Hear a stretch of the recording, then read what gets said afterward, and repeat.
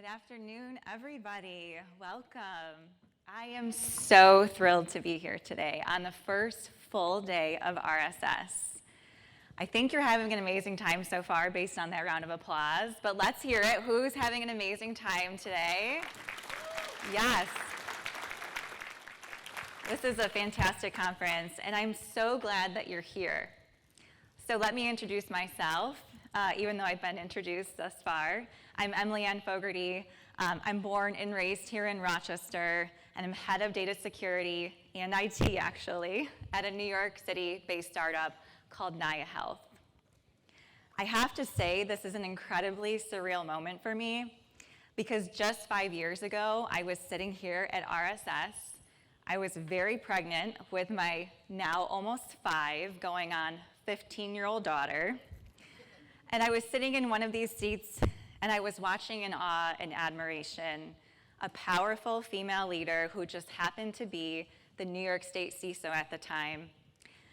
And I thought, wow, if she can stand up here and she can awe and admire all of us in this crowd today, I want to be just like her. So needless to say, I'm incredibly humbled and grateful for this opportunity. So thank you to RSS. A little slow. I'm going to be sharing a story with you today, and it's a story that hopefully inspires you, because I'm really intentional about breaking down barriers and biases that we as security professionals face. Many of us in this industry come from non-traditional backgrounds and have changed careers even a time or two, like myself. However, we often don't even see ourselves in achieving high-performing leadership roles, and sometimes not even each other. But it's not surprising to see that the majority of CISOs and senior security leaders in this field represent people from traditional IT or equivalent technical backgrounds. Yet years and years of research demonstrates that business acumen and executive presence, including a deep understanding of the business challenges, as well as having effective collaboration and communication skills, are all keys to success. Adding support to this theory is my favorite Albert Einstein quote: "If you can't explain it simply, you don't understand it well enough." An effective CISO is able to engage and motivate stakeholders. These strengths not only benefit a CISO's leadership, they serve well in attracting and maintaining talent as a valued people manager and respected leader. Now, throughout my career, I was faced with feedback that I wasn't technical enough to be considered for promotion or compensated equally to my white male peers who were performing the same exact tasks. I heard this feedback so often that I actually started to believe it more than I would like to admit. The story that lies ahead, however, will demonstrate just how well those skills have served me in overcoming the odds, facing my own imposter syndrome as a security professional, and landing a leadership security role, growing a budget from pennies to 2% of revenue in just 4 months. Along the way, we're going to discuss strategy, power of negotiation, and opportunity, while providing valuable insights suitable to security leaders of any program size. More importantly, we're going to keep this fun, probably a little cheesy, but hopefully inspirational, as my goal is to provide current and future information security leaders the insights and creativity that you need to have a fulfilling career, void of fear, uncertainty, and doubt. So, if my professional life has taught me anything so far, I'm still trying to figure out what it is I want to be when I grow up. How many people can relate to that? It's a running joke in my family. If you had asked me what I wanted to be growing up, I actually would have said a physician. This guy right here is my father. He spent his entire adult life helping our community, selflessly giving back to others, and I've always admired him for that. To me, becoming a physician felt like the natural thing you do when you want to help people, until I realized I had to deal with blood, and then I quickly exited that career path, and that dream ended.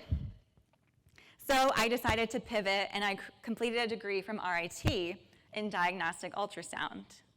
And the technology fascinated me from day one. I spent the next decade in this field where I was interested in the business, learning about the operations side of healthcare, and dug deeper, which led me to pursue my MBA from the University of Rochester. And this ultimately shifted my career trajectory to the commercial side of the business. After spending some time traveling around the country, working for a large medical device manufacturer, I moved into the product development side of the business and became a program manager. This was the first all-touch ultrasound machine for radiology and OBGYN, and I brought this device to market. But I became deeply immersed in all facets of the business: requirements gathering, voice of customer, software development, manufacturing, regulation, budgeting, customer success, all of these things. And in the middle of all of this, something happened. Wanna cry. How many of you remember this one? A lot of nods.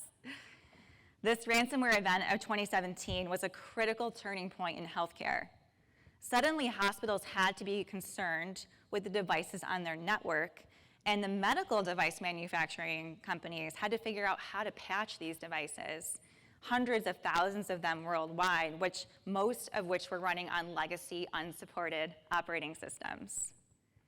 It was during this time that I jumped headfirst into my first cybersecurity role as a product security program manager, and I caught the proverbial cyber itch. I knew at this point that I wanted to fully immerse myself as quickly as possible in all things cyber. So I joined a little startup called Datto. You might have heard of them. And I supported our CISO as director, tripling the size of our security team and doubling the maturity of the cybersecurity program in just shy of 4 years.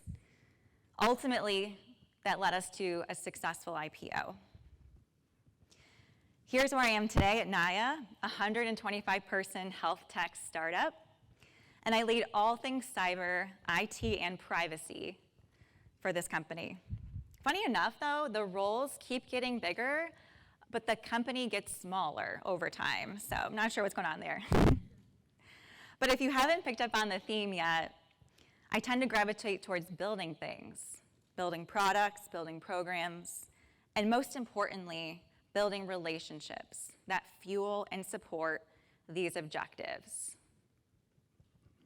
So now that you know a little bit more about me, I want to share a mantra that I've developed over my career. Always leave people and things better than you found them. This quote came into my life several years ago, and it remains top of mind in everything that I do, including this talk that I am giving you this afternoon. So if you leave here today feeling like you've gained even one small takeaway that you can apply in your role tomorrow, I will have succeeded in my goal for this session. Now, I'm a planner. So in order for me to accomplish my goal, I want to make sure I'm setting each and every one of you up for success. I'm going to give you the takeaways that you can expect to learn today. So I'm just going to give you the test results.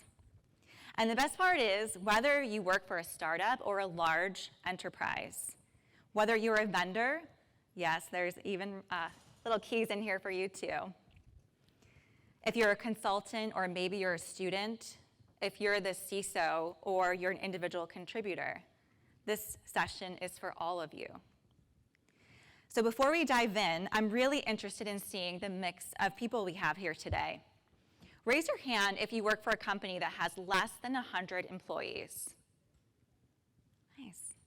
What if you have more than 100 but less than 500 employees? All right. How about over 500 employees? Wow, okay, amazing. How many of you are really just looking forward to the happy hour after this session? Yeah, all right, okay, all of you, right? Like, where's the hands here? I'm just trying to see if you're paying attention. Okay, so now I know a little bit more about all of you today. I'm going to ground you in 4 key components of success. And throughout this session, you'll see how these have been applied in the setting of a startup, but these core principles have been fundamental to the success I've had in any role I've carried in any company.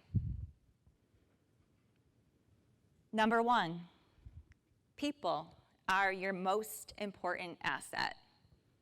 We often throw around the phrase that people are your weakest link in this industry. And this phrase has manifested over years and years of security professionals like ourselves, implementing sophisticated tools with secure by design controls. And we just have people that turn off those defaults or they click on a link that we've taught them not to. But guess what? All of us are human. And human beings are inherently vulnerable to this ever-evolving digital landscape.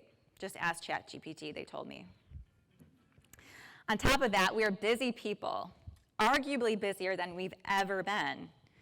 We don't necessarily care about Sarah's initiatives in finance or Tom's priorities in the PMO office. So why should we care what Emilyan's priorities are in security? It is our job to help them see why they should care, the ultimate what's in it for me question. So I challenge you to shift your perspective and think about how people are your most important asset, how empathy, compassion, and perspective will make or break your success along this journey. Number two, profitability is always the priority. In other words, cash is king. If you don't know how your company makes money, protects existing revenue sources and future, now is the time to start diving in and learning. The faster that you can align your company's profitability strategies with your own initiatives, the easier it will be to get them supported and financed.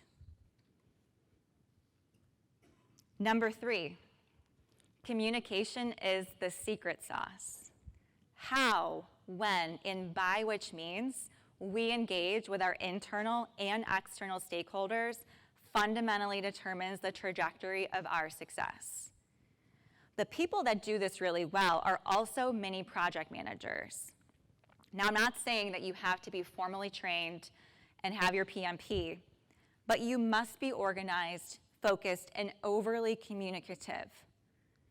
Whether you're trying to get budget approval for a new tool, you're trying to close a sale maybe, or you're running incident response for an event in your environment. The way in which you present yourself, verbalize, and document your needs, progress, and outcomes not only determines the end result, but it also determines the ease with which you are able to accomplish your mission. Number four, I wanted to really call this one, learn from my mistakes. But the core concept here is to remain curious and embrace the Super Mario effect. Has anyone here ever heard of Mark Rober? Ah, yes, some of you. Well, if you haven't, I highly recommend you look him up on YouTube. He's a former NASA engineer turned famous YouTuber, and he coined this term. I also might have snuck backstage at a tech conference last year to meet him. Essentially, the Super Mario effect describes a situation where you're playing a video game with your family or your friends. And the first time you stumble or lose a life, you don't simply give up and feel ashamed. Video games have this opposite effect, where players are motivated to try again and again when they quote unquote fail. Similarly, if your friend beats you at a round of Mario Kart, you don't admit defeat on the first try and walk away. You challenge them to another game. You remember where you messed up the last time so you don't make that same mistake again. And because of this mentality, you improve every time you play. So there you have it. People, profitability, communication, and the Super Mario effect. So now that we have our takeaways, let's explore how they apply in practice. Throughout this narrative, you're going to see how investing in and understanding people, contributing to the company's profitability, and consistently managing meaningful communication drove effective outcomes. and how the Super Mario effect has and continues to keep me motivated. Now, I joined NAYA in January of this year, and 6 months prior to accepting an offer, I began exploring opportunities for a new challenge. I had surveyed many CISOs, and I'd asked their top interview questions, and I was prepared, or so I thought. I asked questions about their business and how they made money. I asked about the current state of the security headcount, and if I would have the ability to build a team in the first year. I asked about the budget and moving forward what the process was for securing investment for my program and team. I sought clarity on the role and who it would be reporting to, and if there were any immediate or future compliance needs. I learned that the role at NAYA was their first full-time security resource, reporting directly to the CEO. They had had a couple contractors that were in place prior to this role, and they were helping to pursue SOC 2 Type 2 and HIPAA compliance. The CEO had said that they were also interested in evaluating HITRUST because a couple of customers were asking about it. I learned from the CHRO that there were no full-time resources that I would be able to hire in my first year, but the CEO assured me whatever I needed for tooling or contractors, he was on board. So, like any brand new relationship, I was excited and eager.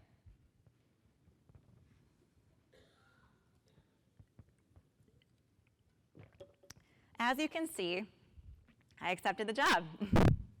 And like many of us, I jumped, or rather was propelled, immediately into the deep end. In my first hour into the role, I was no longer reporting to the CEO. I was now reporting to the person in charge of HR. It's a new one. By the end of the first day, I discovered the company wasn't just interested in exploring HITRUST. They were fully committed to it. And they had told their customers they were going to be doing it. And they had already had an external risk assessment to evaluate level of effort. By the end of the first week, I also learned that budget for tooling and contractors, well, that was a misunderstanding too. In fact, the approved budget that was allocated for security this year was simply carried over from the prior year. And then I heard the classic line no security professional wants to hear. Our investment in security this year was hiring you. Forgot my magic wand. So with that, I also wanted to make things, or they perhaps wanted to make things a little bit more exciting.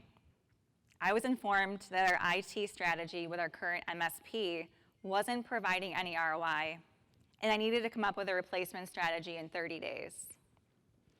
Funny though, managing IT wasn't in the job description, and it didn't come up in any of my interview questions. So there's a lesson right there for me. So now let's recap. I have to build a security program. I have to obtain capabilities to achieve HITRUST certification, and I have to rip and replace our IT program all by the end of this year. Now let me remind you, there are no existing security personnel. That's me. I'm the team. Can anyone relate to that in this room? Okay, great. See, not alone, thank you. While all of this data is information I wish I had during the interview process, I paused and I thought about my mantra. Always leave things, and especially people, better than you found them. So I quickly dusted off the shock factor, and I intentionally leaned in. Now, with any startup, having a bias for action is not just favorable, it's absolutely necessary. I knew I needed to get a few quick wins under my belt, but in order to do that, I needed to first help people understand who I was, why I was there, and why they should care. Simon Sinek said it best. People don't buy what you do, they buy why you do it. I began by putting on a company-wide security roadshow, a full-blown presidential campaign for the who, the what, the why, and how I was going to build a security program. I interviewed every department, from the engineering teams to HR, legal, and everyone in between. And I asked 3 intentional and fundamental questions. Number 1, how does your work contribute to the business? Number 2, what dependencies, challenges, or risks concern you or keep you up at night? And number 3, what can security do to best support you and your team?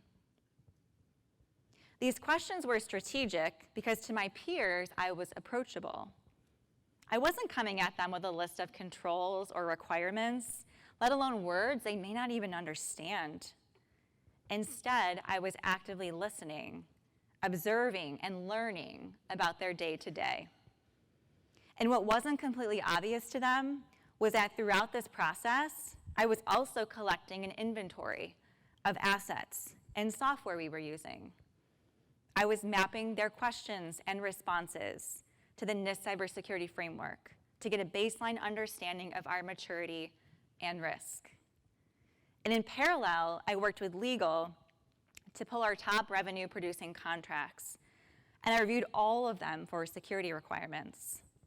I also worked with sales to understand the big deals we were trying to close and evaluated their security addendums.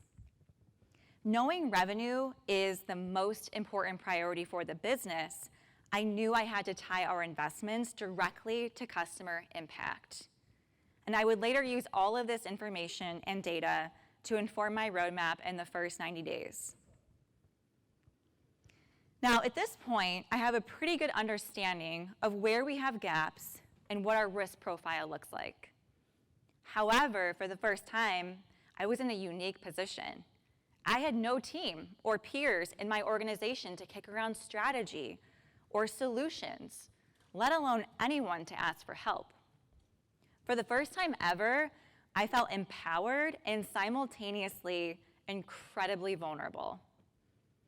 So I did what most of us would do in this situation. I Googled it. While Google was definitely great for my research, I immediately picked up the phone and I started contacting experts in my network. I leaned into what I knew, and most importantly, I openly admitted what I didn't.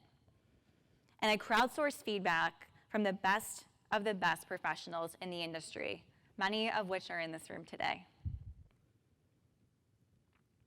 Now, the security tooling in our environment was nearly non-existent. We had password management licenses, but most people weren't even using it. They didn't even know how. We had Google SSO and MFA configured where it was supported, along with some basic vulnerability scanning, but no one was even looking at the results. We even had some compliance automation tooling in our environment, but it was never fully implemented and was practically collecting dust at this point. It truly was a greenfield, build from the ground up experience. And I gotta say, I love a blank canvas, but how the heck was I going to convince leadership that obtaining HITRUST certification wasn't going to happen without investment, let alone by the end of this year? I knew I needed to captivate hearts and minds quickly in order to move the needle forward. Now, as with most startups, my CEO is also the founder. His background is in sales, and like most CEOs, his love language is making the business more money. Now, at this point, we hadn't exactly lost any sales due to security requirements. So I was convinced that if I did a phenomenal job documenting how much the investment would be to achieve HITRUST, combined with the existing revenue we had if we would have lost it, it would be a winning strategy, right? Simple math. As it turns out, his risk tolerance was really high. This is the Burj Khalifa in Dubai for reference. It's about that high. And while it's incredibly important to him to deliver on his commitments to customers, he was already on to the next thing. I I wasn't going to be successful in saying, we will lose this much revenue if we don't fulfill this list of requirements. Put differently, how do you convince an engineering team to fix a backlog of vulnerabilities when they would much rather focus on delivering new features? How many people have heard, well, it's already been there for this long and no one's exploited it, so why do we need to fix it? I see some hands, yep. Famous last words. And if you don't all have your hands up, you're lying, okay? You've all heard this. How about, I've always done it this way. Why do we need to change it? It's my favorite, isn't it? Yeah. Remember takeaway number 1? People are your most important asset. But in order to motivate them to act, they need to understand how your agenda affects them. So, for less than the cost of a brand new PC for one of my employees, I launched a silent phishing campaign across my company, and I waited. The statistics were actually pretty alarming. So to put this in perspective, according to the 2022 Phishing Global Benchmark Global Report, phishing click rates at organizations with under 100 employees were 3.6%. 4.9% at organizations with 100 to 499 employees, 5.6% at organizations with 500 to almost 3,000 employees, and 6.3% with 3 to 9,000 employees. At our little company of just about 100 people, our baseline phishing click rate was a whopping 25%. With another 16% of users entering credentials. I know, I told you, I just waited. I just put my feet up. Yep, it was good. But it gets better. This is when the magic happened. When I was busy fishing for tuna, I actually caught a whale. Within less than a minute, I not only fished our CEO, but he completed the campaign and entered his credentials. He knows I'm telling this story, it's okay. But then he did something wonderful. He sent me an email saying, help me, what do I do? For about a minute, I contemplated whether or not I should tell him this was a test, or if I should make him sweat a little bit. But I knew that this was a pivotal opportunity. I needed to capitalize on it quickly, because in this moment, I had his full, undivided attention. And if you've worked with salespeople, you know that's really hard. By this point, I was 90 days in, and I knew I had approached a critical milestone. I deeply understood that communication was the secret sauce, and my ability to do this well would fundamentally determine whether or not I was going to be successful. So I made it my mission to launch a quarterly business review, not just at the end of 90 days, but every quarter thereafter, because I wanted to set a precedence that this was the value that security was bringing to the table every 3 months. Now, I also knew that the board wasn't exactly asking questions about security yet, but it was just a matter of time, and I wanted to be prepared. As a health tech company, NAYA's customer data is our crown jewels. At the time, we had about 80,000 unique customer records, and it's really not uncommon for us to sign business associate agreements with our clients.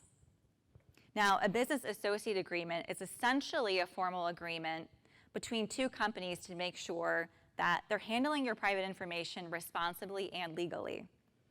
It's a way of saying you agree to keep this information safe, and if anything goes wrong, that you're responsible. Now, I also happen to know from the 2022 IBM Cost of a Data Breach report that the average cost of a data breach was $164 per record.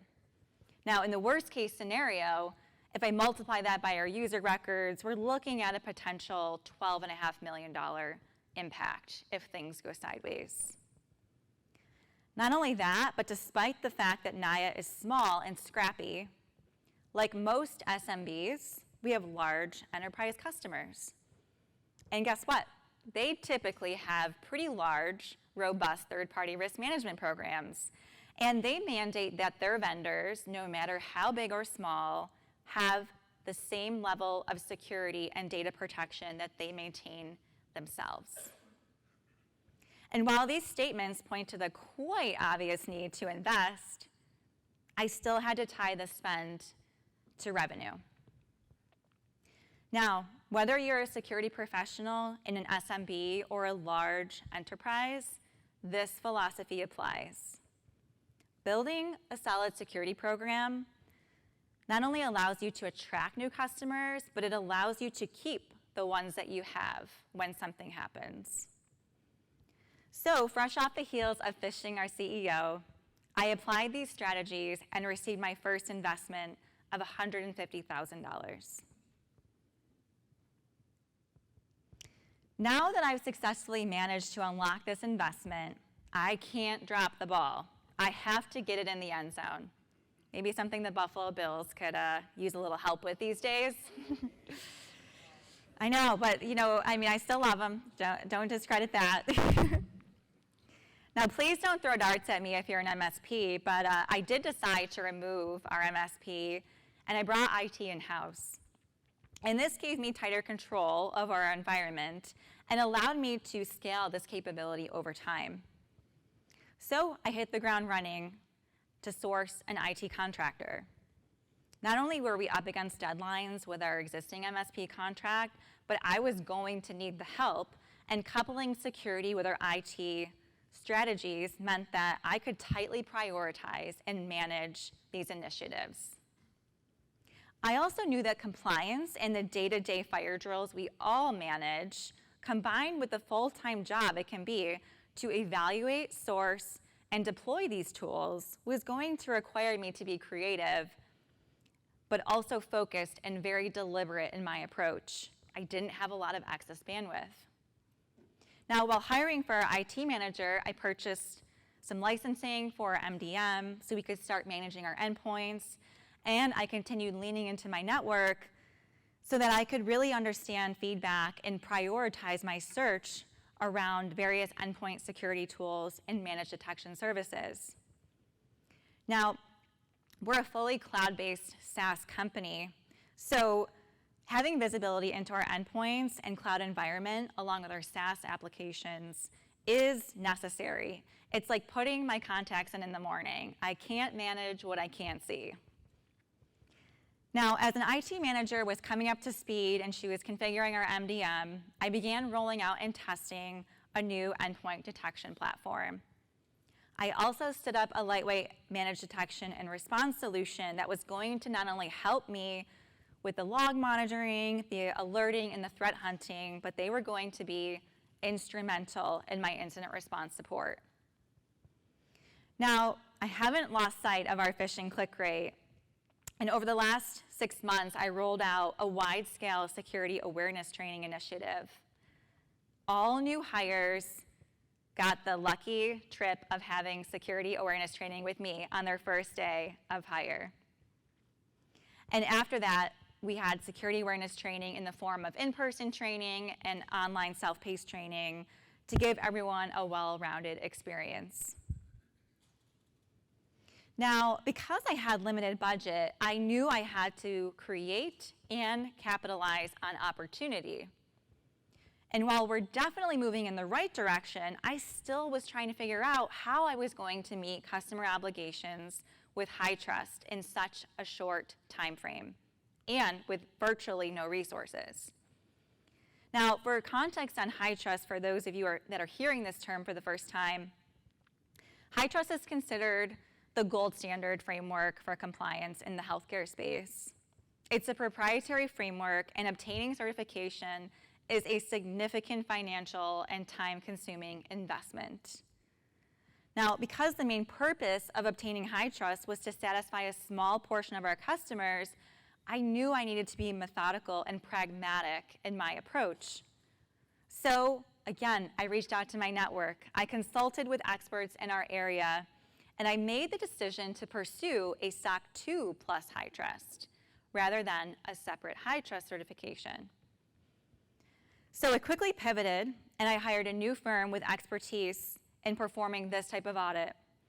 And luckily for me, our annual SOC 2 audit was at the end of this year, so pulling those controls into our annual cycle meant that I had a high probability of demonstrating compliance with HITRUST by the end of this year. And to top it off, I saved the company a minimum of $25,000 a year because we didn't have to pay those additional HITRUST certification fees. And if you've ever done HITRUST certification out there, you know what I'm talking about. Now, a couple of other unplanned but significant events happened during this time. Halfway through the year, our finance team decided to eliminate some underperforming procurement software, and they had no plans to replace it. But because I had formed this great relationship with legal and with finance, I was working very closely with them on our vendor management portfolio. And I was able to get their support in replacing that tool with some third-party risk software. And this software was not only able to give us better oversight in managing our vendors, but simultaneously created a mechanism for me to expedite the security questionnaire process, which for our sales team meant better sales enablement for driving revenue. At this point, I'm tired. I am up to my neck in tooling deployment. I'm also in the middle of a mock audit to ensure we're set up for success in achieving a high probability of maintaining our compliance and hitting HITRUST at the end of this year. And I'm also hit with the realization that the tool that was put in place to provide compliance automation capabilities before I came on board was just about as useful as using sticky notes.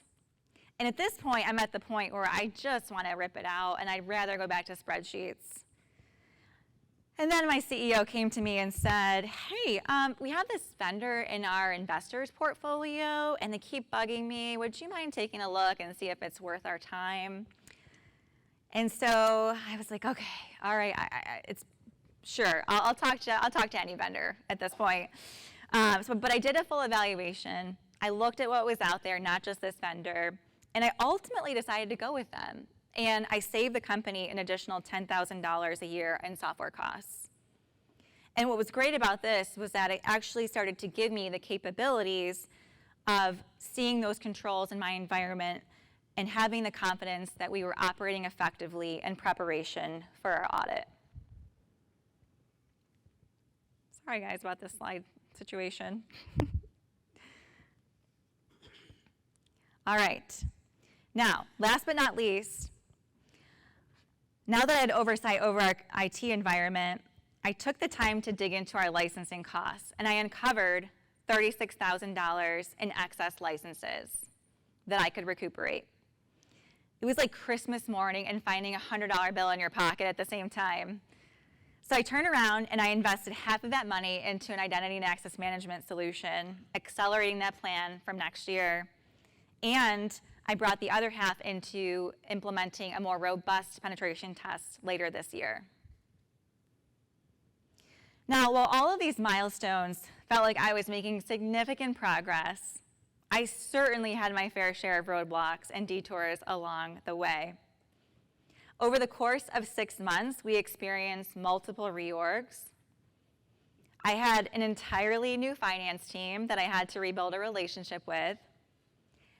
Our go-to-market strategy changed a few times. And I had a new boss, which now had me directly reporting into the engineering organization. And while some of you might see that as a positive change, I still had a brand new person I was reporting to, and I had to demonstrate the value of everything I had been working so hard on and justifying to this point.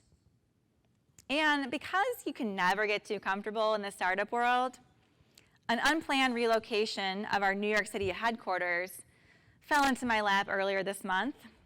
And this meant I now had to build out a brand new IT and physical security strategy in the middle of peak audit season. So, if you're like me and you're in this situation, how do you get back on track when projects and initiatives get derailed? How do you manage those risks? Well, You can't manage what you don't measure. Many, if not all of us, have been in a situation where we have been asked to provide the likelihood and impact of a vulnerability or to prove the ROI of our security investments. Frankly, sometimes just the day-to-day decisions that we make. This is often the most challenging and taxing part of our jobs. However, it's the data that helps ground all of us in where we're going, why and how we're going to get there. So whether it's a qualitative maturity assessment or quantitative results from your phishing campaigns, the data shows just how much of an impact you are making. And for me, it's the motivation to keep going when you can look back and see just how far you've come. So now that we've come full circle, I'll leave you with this. Despite the challenges, setbacks, and day-to-day stress that often comes with this profession, each and every one of you matters. And if no one has told you lately, I am here to tell you that the role that you play today and in the future is making a difference in this industry. We may not all be wearing scrubs or turnout gear like my father, but the impact we have on our community has meaning, value, and purpose. As cheesy as the saying goes, it truly is the journey and what we make of it along the way that counts. So thank you for coming along with me on my own personal journey today. It has been an absolute pleasure to be here. And if we have any time left, I'm definitely open to taking some questions. So thank you.